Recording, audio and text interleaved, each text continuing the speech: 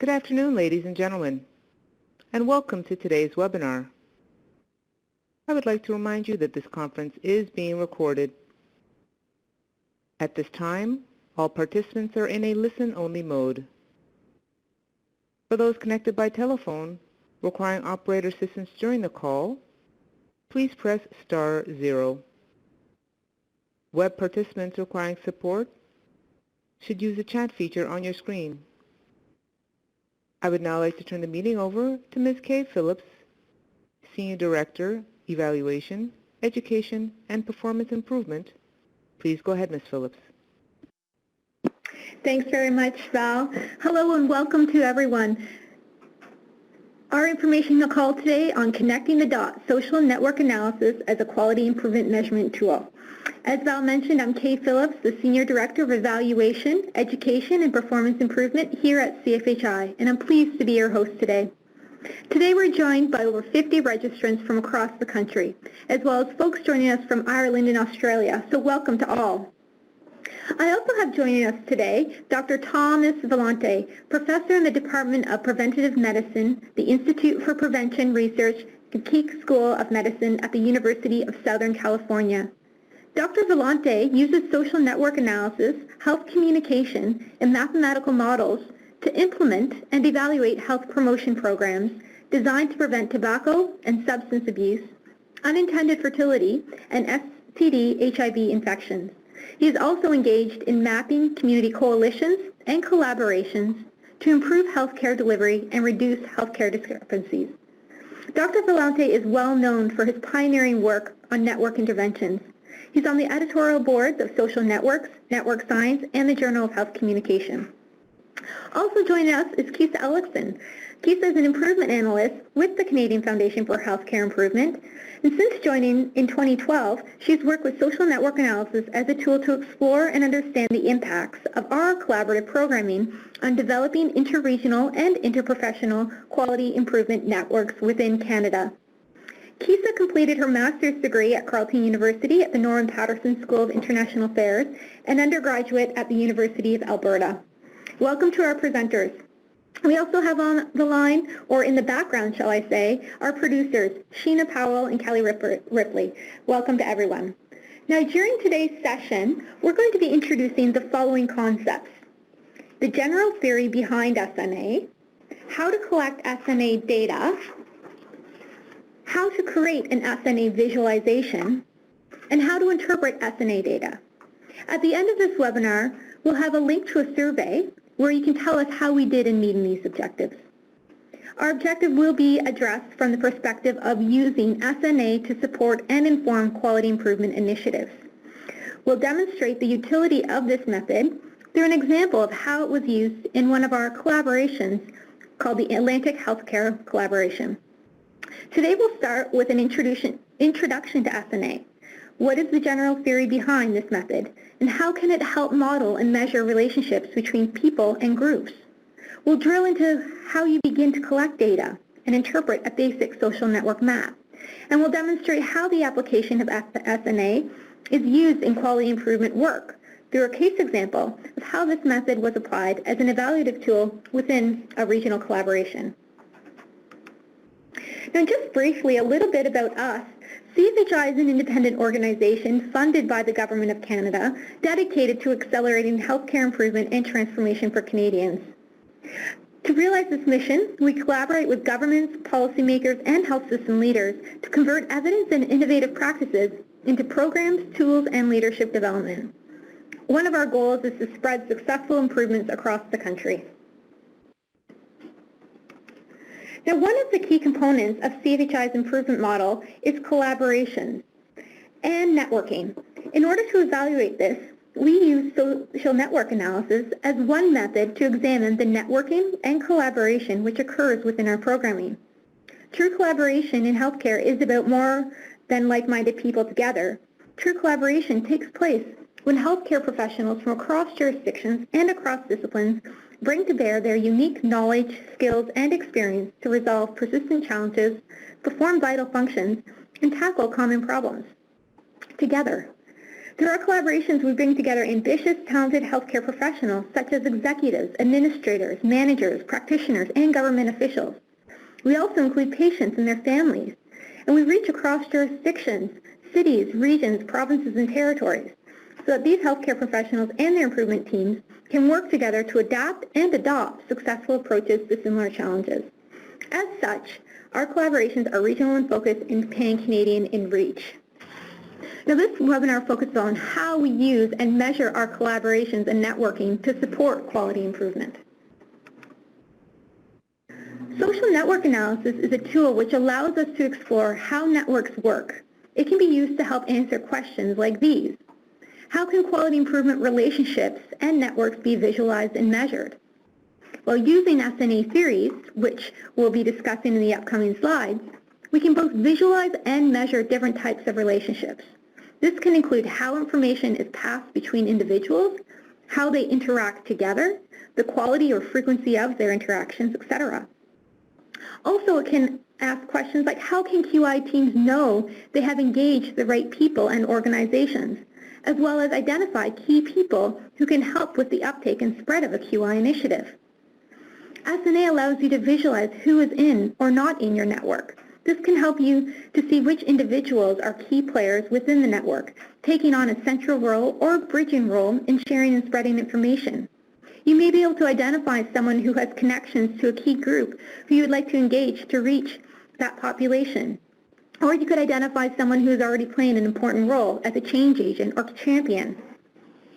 SNA also helps address the question, how can QI uptake and spread be measured? It can be used to trace the spread and uptake of ideas and innovations and projects within a population.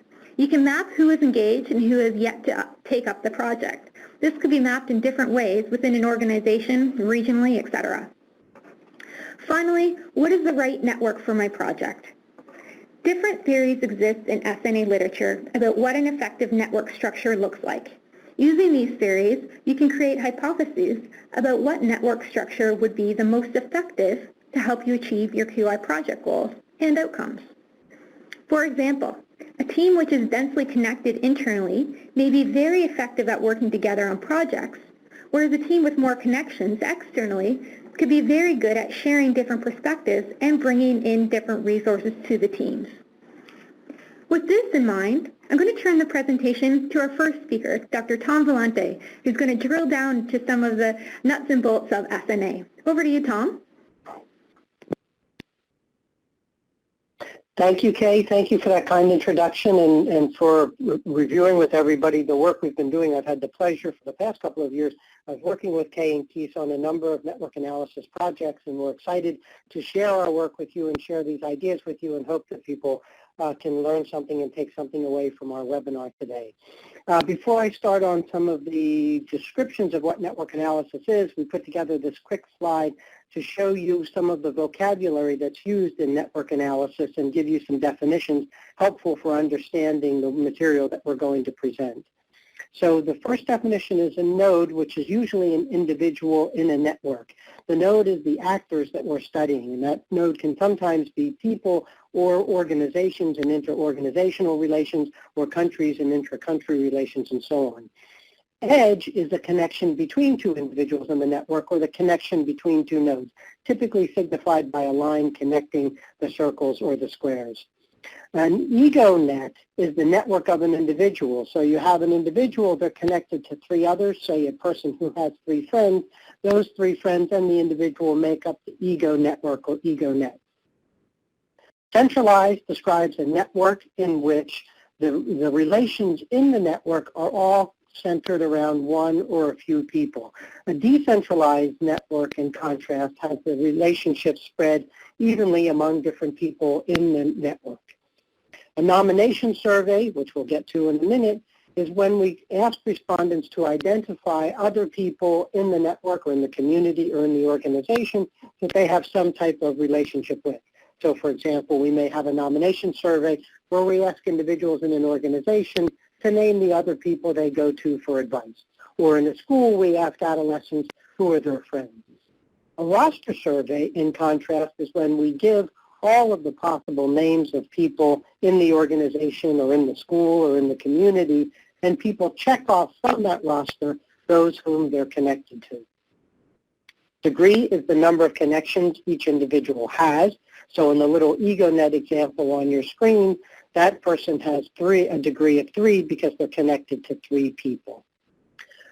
Density is the number of links in the network. So we count up all of the links in the network, divide that by the number of links possible for a network of that size, and that tells us how dense the network is. And we are oftentimes interested in comparing and contrasting dense versus sparse networks. And then finally, attributes are the characteristics of the individual in the network.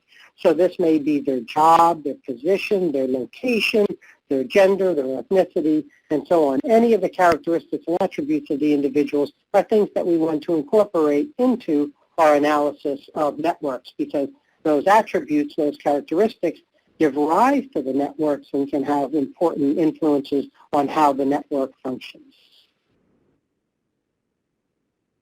So the theory behind social network analysis, it is a powerful set of theories, tools, and techniques for analyzing human relationships. For network researchers, relationships are important, so we oftentimes care much more about the relationships that people have rather than their individual attributes. Relationships are important and constitute a distinct perspective to understand public health and medicine. Network researchers have developed numerous individual-level measures which describe a person's position in the network. And we use these measures to describe network influences on individual behavior. For example, an adolescent with smoking trends is more likely to smoke, become a smoker. So there are a lot of different ways that we can collect network data, and we have individual network measures as well as network level or system level network measures. So for example, networks can be sparse or dense, they can be centralized or decentralized, and so on. And these network properties are often associated with organizational outcomes. For example, we believe, and there's some evidence to suggest, that centralized networks are more efficient than decentralized networks. So how do we collect social network data? Typically, we give people a roster, although it's not necessary, but usually we give them a roster of the individuals that are in the organization or the network. And then we ask people to make those nominations. So, for example, in a nomination system, we use an instrument like the one on your screen, and in this case, a roster of all the members of the network is provided, and the respondent is asked to write the names and numbers of the people in response to the network question. So the type of network question that gets asked is very important, and the setting and research questions will dictate the type of network you want to measure. In organizational studies, for example, we often ask, who do you go to for advice, or with whom do you discuss work-related issues? You can also measure collaboration, information sharing, participation in joint programs, and so on. I should say that this nomination technique, although it's probably the most common of the survey methods for collecting network data, there are other ways to collect network data. For example, some people use systems to collect online email exchanges or posts on Facebook and look at the networks that are created through social media. But for our illustrative purposes today, we will talk about the nominations technique. Once the network data are collected, they form a node list, which is simply a list of the ID numbers for each respondent and the people they named in response to the network question. So this node list here is read into specially designed network software programs such as UCINet, GEFI, PIAC, and so on, and converted to a matrix or a network. So in this example, we see that person 1 named person 21 and 4, person 2 named 32, 23, 14, and 13, and so on and so on. And you can see there are 37 nodes or 37 people in this network. Now, once that node list gets read into a specialty network analysis software package, it creates a matrix. And the matrix shows who is connected to whom. So, for example, each matrix cell entry indicates whether those two people are connected or not. So, for example, we can see that person 1 is connected to person 4 because there's a 1 in the cell entry of row 1, column 4. Person 1 is not connected to persons 2 and 3, but is connected to person 4. 4 is also connected to person 1, right? And we see right there, 4 is connected to person 1, which represents a symmetric or mutual relationship. They each nominated each other. If you look, however, at row 7, column 6, you can see that person 7 named 6, but 6 did not name person 7. Now, once we have that matrix in a graph, the network data are imported, and the network programs can draw the network for you. And visualization of the network is a key feature of network analysis. You can see here in this network, in the upper middle area, that person number 4 and 1 are connected to each other. They are both also connected to person 21. On the left, you see that persons 18, 27, and 38 are all isolates. They nominated no one, and no one nominated them. In the upper right-hand side, we see that 10 and 12 are connected to each other, but to no one else. In the lower middle area are 6 yellow nodes that are all connected to one another, with 3 of them having a connection to the main part of the network. And we can see clearly that persons 23 and 32 are at the center of the network. Those are these individuals here. Okay. Beyond simple visualization, however, we can calculate individual level measures. Here we see the out degree and in degree scores for this network. Out degree is the number of people each person named. So person 1 named 2 people. In degree is the number of times a person was named by other people. So person 1 was named by 2 people. Person 4 named 4 people, but was only named or nominated by 2 other people. Person 23, whom we saw was quite central in the network, named 7 people, the maximum possible, but was named by 15 other people. So 23 has a very high in degree. Person 32 was the most central person in the network, having named 4 people, but being named by 18 others, half of the network. Next to the out degree and in degree scores are the normalized versions of these 2 measures. The normalized degree measures account for the size of the network so that centrality scores can be compared across networks of different sizes. So here's a list of some of the different individual and network level measures that are commonly used in network analysis. For individual measures, we have centrality, the most common of which is degree centrality, which was reported on the previous slide. We can also measure individual centrality by something called closeness centrality, which calculates the average distance everyone is from everyone else. The nodes or people that are closest to everyone else on average have the highest closeness centrality. Between the centrality measures the extent people lie on the shortest paths connecting others. For personal network density and constraint, measure the ties between the people a person is connected to. For example, some people have friends that are friends with each other, while other people do not. We measure homophily on many characteristics, which indicates the extent that a person's network of contacts are similar to the individual based on certain characteristics. For example, gender homophily occurs when a person's friends are the same sex. We oftentimes see for adolescents in schools that boys will name boys as friends and girls name girls as friends. So there's a lot of homophily on sex among adolescents. There are many network level measures as well. Size is the number of people in the network, and density is the number of links among the people in the network. Transitivity is the rate that friends of friends are friends. Okay, so when I have a friend and that friend is also has a friend that's also a friend of mine, we say that there's transitivity in the network, and we measure how much transitivity occurs in the network. The average path length is the average difference between network members. The average path length is the source of the well-known adage that we live in a small world, with one estimate being that everyone can reach everyone else in 6 steps or fewer.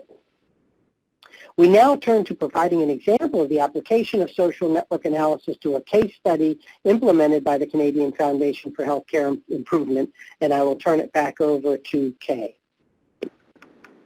Great. Thanks very much, Tom. And just before we head into the case example, we wanted to open up the chat box and chat room to any questions. And actually, Tom, we did have a question coming from Karine. She was wondering if it's possible to repeat the names of the network programs you're using. Oh, most certainly. So one of the most prominent and probably the most widely used and easily accessible network analysis programs is called UCI-NET. That stands for University of California at Irvine Network Analysis, which is where it was developed. It's created by Steve Borgatti, who's a professor at the University of Kentucky, and if you search on his name or go to his website, Analytic Technologies, you'll find UCI-NET available there for download for a free trial for 3 months. The other program that, I'm sorry, did you have a comment, Kay? Oh, no, go ahead, Tom. Okay, the other program that we'll be demonstrating that we use here, and I should say I used UCI-NET and its associated drawing program, NetDraw, to draw the graph that you saw in the earlier slide. We also will be demonstrating the use of GEPHI, G-E-P-H-I, which is a program that Keith has become quite familiar with and is used to draw the network diagrams we'll be presenting later in the presentation. So GEPHI, G-E-P-H-I, is also a commonly used program. There's also a third one that I mentioned briefly called PAJEK, P-A-J-E-K, which was created by Slovenian researchers, and PAJEK means spider in Slovenian. And then finally, a lot of people use the R statistical and computing platform to write different kinds of network analytic packages, and there is a program called StatNet, which is available for use in R for those of you who are familiar with R and know that platform. It's a platform for statistical and analytic computing. It can be a little bit complicated to use, but it's quite widespread among senior and advanced network analysis researchers. Thanks very much, Tom. I actually had another question come in, and if we were to go back and look at slide 15, if you had a QI project that you were trying to spread to everyone in the network, what would this tell you? What would you need to do if you were node 32, say? And what if you were node 12? What if your QI team were the yellow node?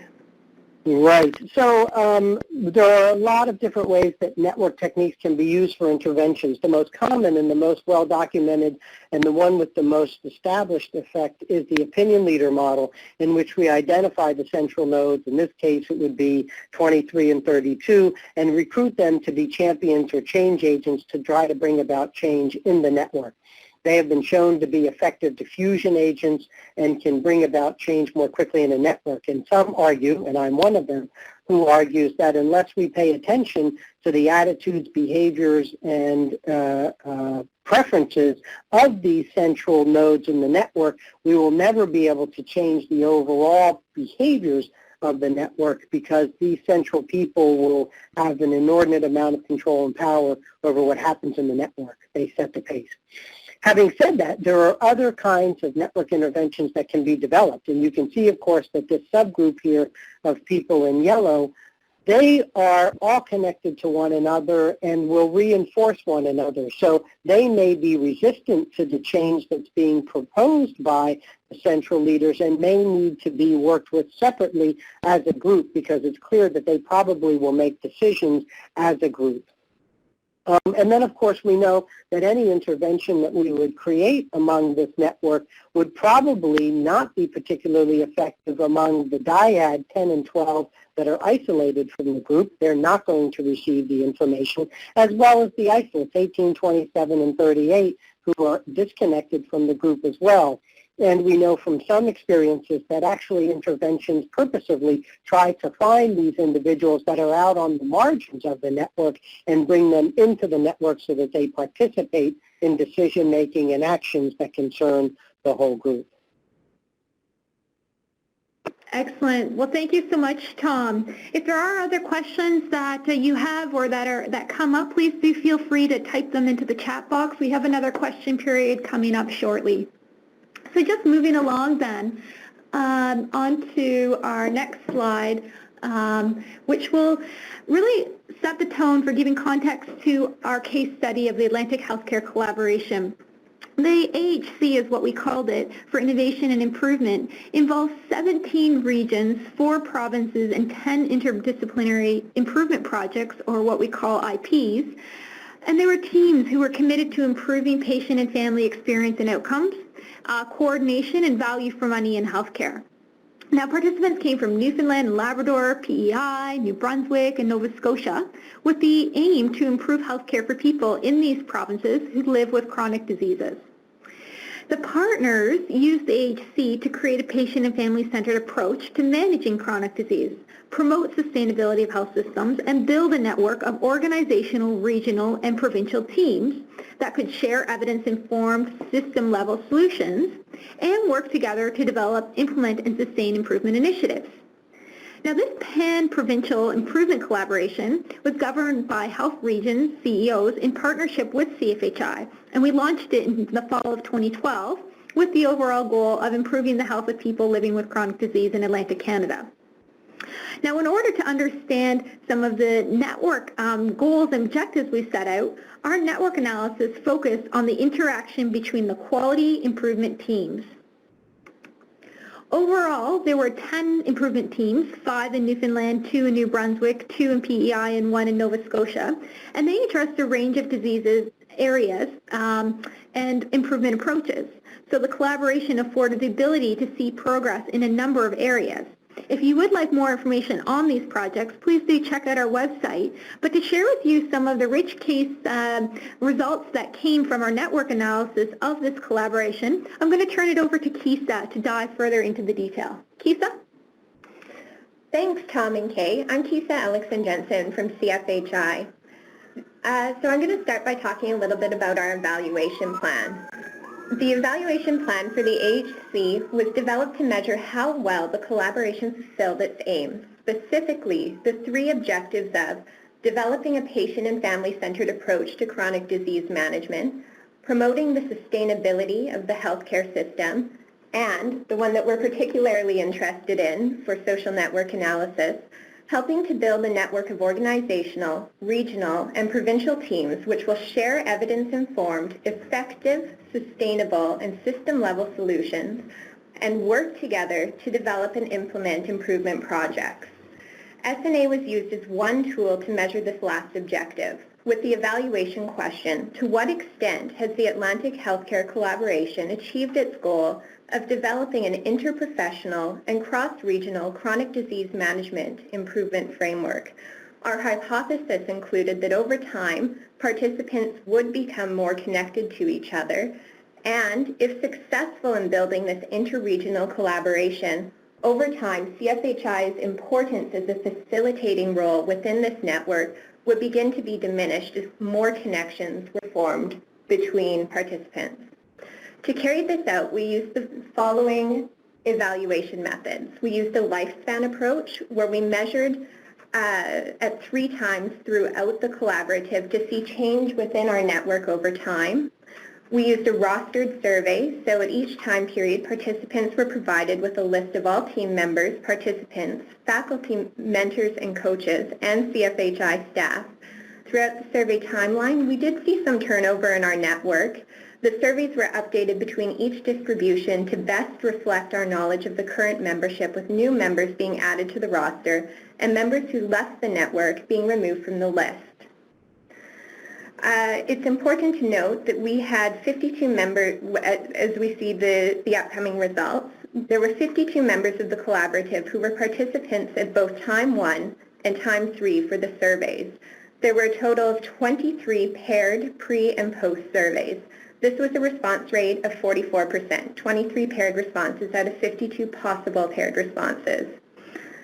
Of those respondents, 5 were CFHI staff, 5 were team leads, 4 were team members, and 9 were faculty, mentors, and coaches. We did use multiple distribution methods, so the surveys were first distributed following our workshop, and then distributed electronically to all participants following the workshops, ensuring that those who were not able to attend the workshop still had an opportunity to complete the surveys. We also used UCINet, as Tom mentioned, and Gephi software for our analysis, and we undertook multiple measures. Tom had discussed several of the measures that were used, such as density, in degree, out degree, etc. So here's an example of our rostered survey. This was what was sent out to participants. They received this list of the participants who were in the network, and they were asked to select who they knew, who they shared information with, or who they collaborated with out of the individuals listed. These categories were selected to demonstrate varying degrees of networks within the collaboration. The no network was an indication that the respondent knew the person they selected. Verbal instructions given at the workshop specified that this is somebody the respondent would say hello to if they passed on the street. Share information indicates that this respondent has shared information related to chronic disease management with the person they selected. This could include sharing examples, sharing project information, sharing research, journal articles, etc. Collaborate was taken as an indication that this respondent actively worked with the individual they selected on related chronic disease management activities. Respondents checked the appropriate boxes for each person or relationship. The teams are separated by headings to allow for easier navigation, as this was quite a long list of participants. So once our responses were collected from participants, the data was entered into an Excel spreadsheet, as Tom showed earlier. Each participant was assigned a code number, and then their connections were entered into the spreadsheet. 0 here indicates that no relationship was identified, and 1 indicates that there was a relationship. We then ran the data set in UCINet to map it visually and test its properties.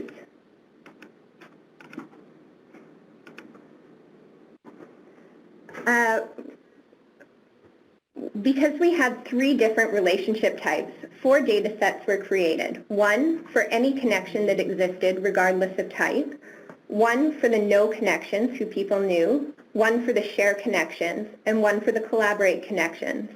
We mapped all data received, but focused on time 1 data and time 3 data and the paired responses between the two. Due to the low number of paired responses, the data set for time 2 was excluded from the analysis.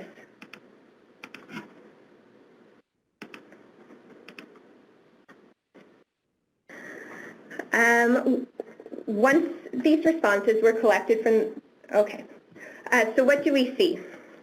This visual encompasses all 3 types of relationships, the know, share, and collaborate that were indicated by the respondents. What we see here is the time 1 and the time 3 map. You can clearly see the difference in the number of the connections that exist between the two. The measures that we show on the right-hand side of this slide include the overall network density, the number of ties which exist, the number of ties, the absolute number, and the average degree. In our preliminary analysis of these paired responses, we found that the network density at least doubled across all the different types of networks, both all connections, know, share, and collaborate. So to continue to test this, we use block modeling, which is a method of looking at the attributes of the participants and then seeing how they interact together. So here, we mapped the different provinces and looked at how they were interacting with each other, as well as with others. We see that between time 1 and time 3, there was growth in almost all inter-provincial connections. To generate this data set, we used the respondent attributes and group individuals of the province, but we could also use this to test different relationships, such as between interprofessional groups, the team member roles, and different interventions. So if people were focusing on the same intervention type, were they speaking more to one another or to others? And this map just visualizes what we see in that block model. So here, it's clear from, we also tested the whole network data, specifically looking at what was CFHI's role. The post-survey map, which you have already seen, is in the upper left-hand box. The whole data, so the unpaired data from all survey respondents, is in the upper right-hand box. Removing CFHI, the bottom left-hand box, led to a still dense but slightly sparser network map. Removing the faculty, mentors, and coaches, the bottom right-hand corner, led to a much sparser network. This stands in contrast to time one. So this is what our network looked like the first time we surveyed all respondents, where removing CFHI led to a network with visible divides along provincial boundaries, and removing faculty, mentors, and coaches revealed even fewer bridging connections. So again, you can see the time 3 to get that difference between all of them. So what does this tell us? From this analysis, we can see that both from the networks and the workshop data that CFHI was successful in beginning to build a network of organizational, regional, and provincial teams who are sharing information and collaborating with one another. CFHI's role in facilitating opportunities for participants to meet was both appreciated, as indicated by the workshop data, and effective, as indicated by a slight positive correlation with the number of connections. Focusing on the network data, turnover is a possible disruptive factor in building networks over time. Throughout the collaboration, turnover occurred both within the teams and CFHI staff, faculty, mentors, and coaches. Despite this turnover, all measures undertaken still indicated increased interprovincial and interregional communication. So with that, I will turn it back over to Kay for questions and comments. Excellent. Thanks very much, Kisa. We have a couple of questions that have come up on the chat function, so I'll just field a couple of those. One of them is asking, actually Tom, perhaps you can respond, but what's the response rate required for the data or the network metrics to be considered valid or reliable? So that's a great question, and a certain amount of work has been done on addressing this issue. The rule of thumb, and one demonstrated in some studies, is that a 70% response rate is good enough to get you a valid and reliable picture of the data. Now, having said that, the response rate situation for network data can sometimes be a little bit different because of a couple of things. One is sometimes we find out from the network analysis that people that we thought were part of the network are in fact not part of the network. So when we do coalition studies, we put everybody that's on the coalition or everybody that's in the organization on the roster and consider them part of the network. But it may turn out that some people rarely, if ever, show up at meetings, and so they are not nominated by anyone as being important, and so your effective denominator changes from that large group of people to actually a somewhat smaller set of those who are in fact active in the network. The other thing is, with the network data, sometimes you can find out whether or not people who did not respond to the survey are isolated from the network. Nobody nominated them, and so they become, in essence, not as important for you to need. And the third thing that I'll say about response rates for network data is that for some network measures, low response rates still enable you to get valid and reliable indicators. So, for example, the in-degree score that we've been talking about, in-degree centrality, is measured validly and reliably, even at a response rate as low as 20 or 30%. Great. Thanks very much, Tom. I also had a question around from Lynette. What was the response rate for the first administration of the survey? Hi, Lynette. It's Kisa. I don't have the exact number right in front of me, but we were around 70% for the first administration. Excellent.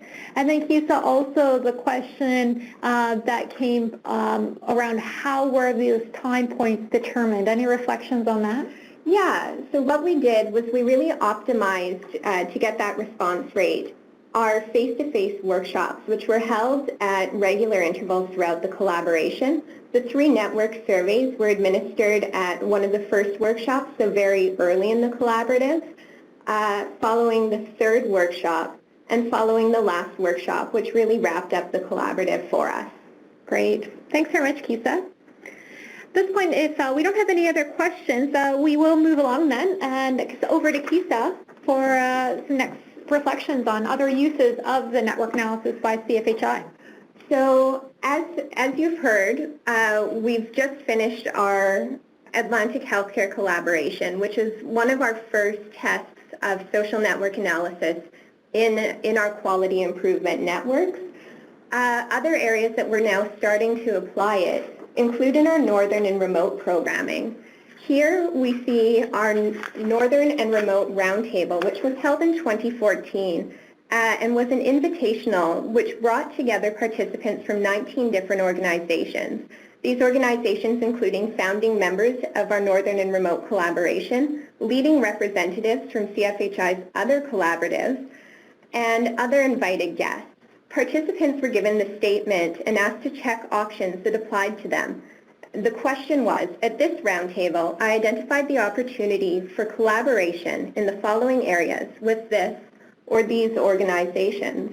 They then identified who they had identified those opportunities to collaborate with. As you can see, we were able to map this geospatially using Gephi on a map of Canada to really explore how these pan-Canadian connections were being developed across the country.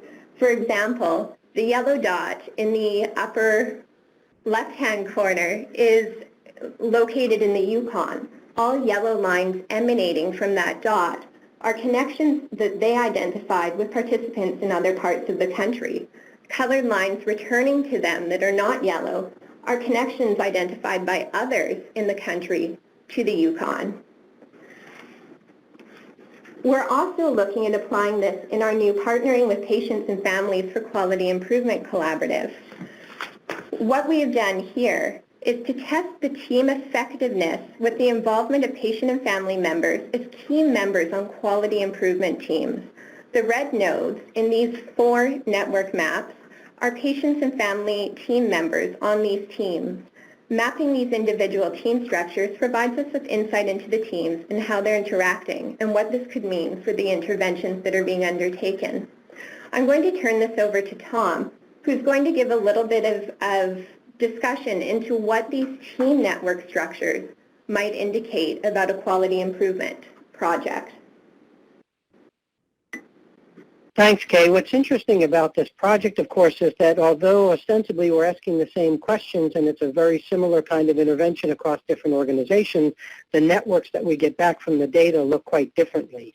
And in this, you can see just from 4 of the networks here, the top 2 networks are larger and indicate teams that are reaching out to the larger, wider organization more effectively than the bottom 2 networks. The bottom 2, in contrast, have all of their ties contained within the team.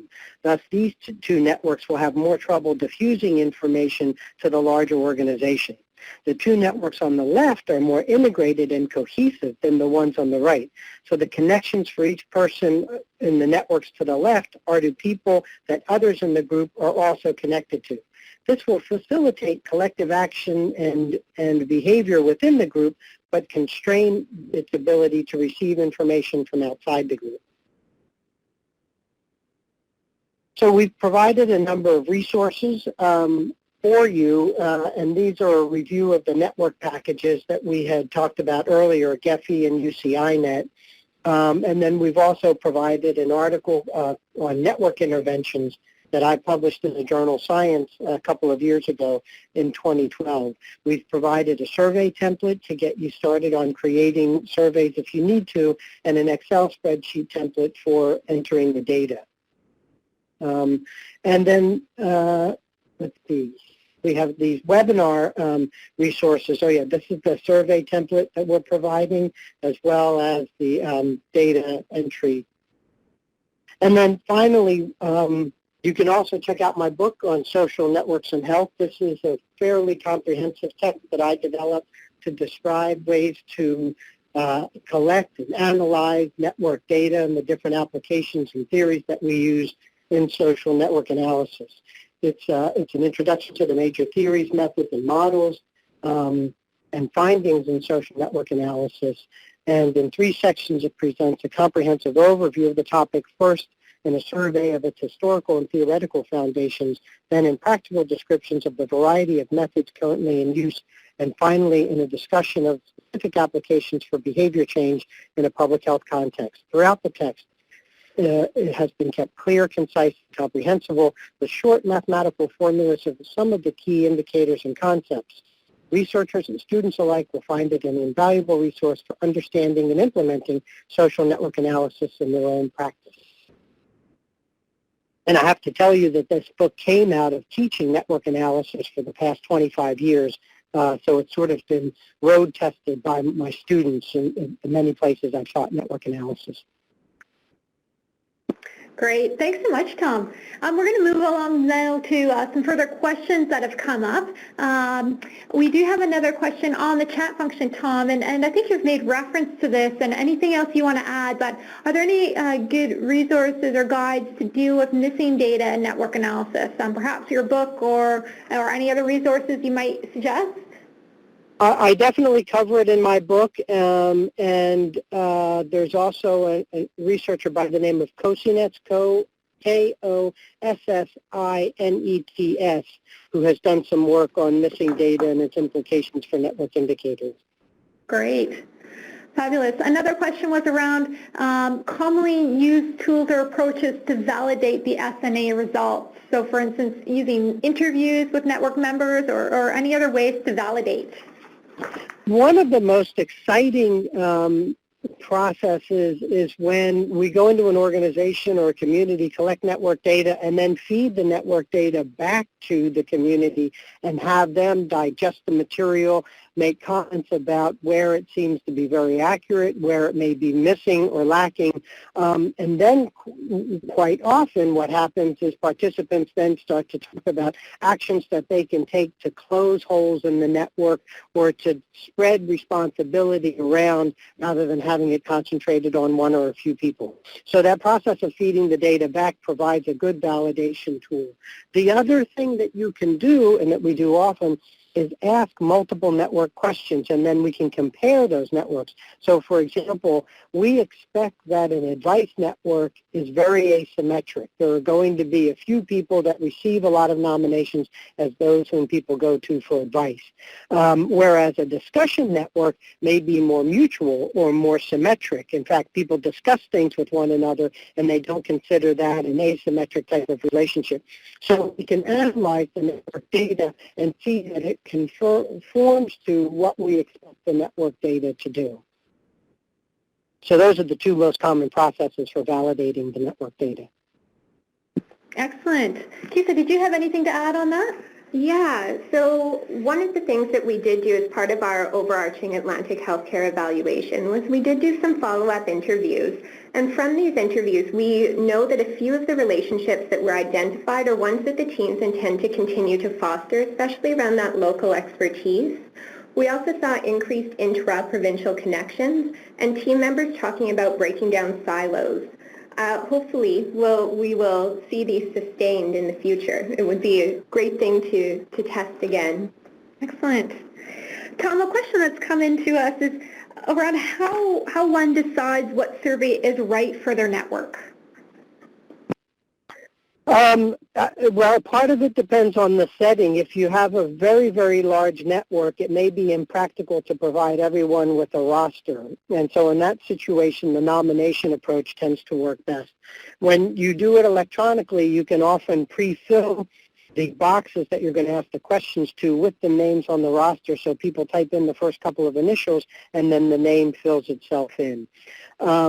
Then when it comes to asking the kind of network that you want to measure, we know from a lot of interorganizational research that there's a sort of hierarchy of interactions that occur between people in different organizations, from information sharing to collaboration to signing joint programs to exchanging patients and to offering joint programs together.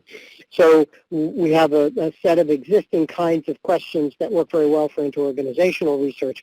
For organizational research, where we're talking about individuals within organizations, we know that advice seeking and discussion are important networks to measure.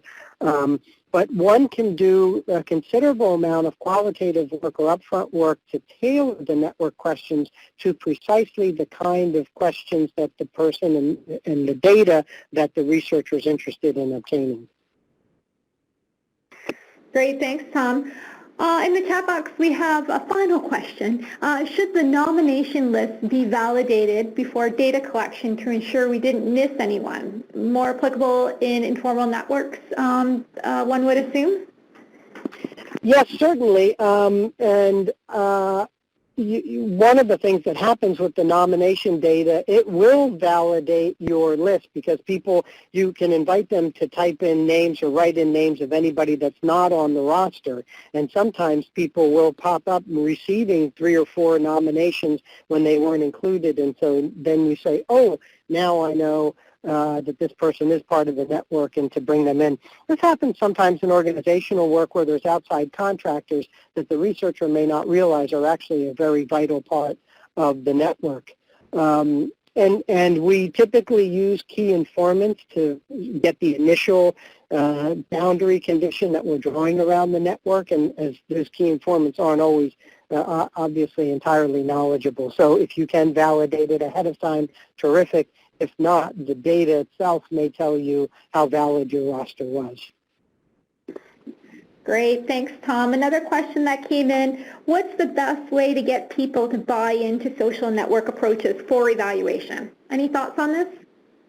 Well, for me, I think that there are a couple of things. Most people do want to know what the network they exist in looks like. And so one way to get buy-in is to promise that you will return the data to them and show them the network. I think that's a good thing to do. And I think the second thing is people understand that what makes organizations work, what makes anything happen, are the people involved. And the relationships among people are critically important. And so usually I find people are quite receptive to understanding that having a better measure of what these relationships are is important and vital to proper functioning. And then the third thing is there are a wide variety of different network intervention techniques that we have available. And we can make our public health programs and our behavior change programs more effective by paying attention to the networks. It's my contention, actually, that without paying attention to the networks, you're never going to be able to create really effective programs because those programs are created, designed, and implemented by people. And we have to understand who the right people are to deliver those interventions in order to make them effective. Great, thanks, Tom. Kisa, did you have any reflections from our experience at CFHI in terms of buy-in? Yeah, one of the things that we found to be very effective is the visuals. There's something that people see, they're very appealing, they're easy to understand, and once people get to look at them, you can kind of start from there and begin to explain the application, and then people begin to really get the utility of this approach and understand what it can tell them. And as Tom said, begin to see from here, what can we do to get the network we want to see, what interventions can we undertake, and begin to see next steps from there. Excellent. Well, thanks so much to all the participants for your questions, Kisa and Tom, for some fabulous responses and discussion. If anyone is using network analysis techniques in their work and is currently at the beginning or mid or end phases, we'd love to hear from you. So do please stay in touch with us because we're happy to have this exchange and continue it. Now, just before we wrap up, CFHI does have some more upcoming webinars as part of our chronic care series for those who might be interested. On June 3rd, we have a supporting carers of patients living with chronic disease, as well as on June 10th, we have a webinar on bridging the gap between patients and providers for telehealth in rural and remote regions. We'd be pleased for you to join us on those calls as well. Again, thanks to Tom, Kisa, and everyone for your participation. We do ask you to take a moment to complete our survey. Your feedback is appreciated and used to inform our ongoing programming. If you have any questions, comments about today's content, please do email Kisa Ellickson at the email address listed on the screen. Thanks again to everyone for joining us, and hope you have a great afternoon. Bye for now. Thank you. Ladies and gentlemen, this does conclude your conference call for today. We thank you for your participation. You may now disconnect your lines and have a great day.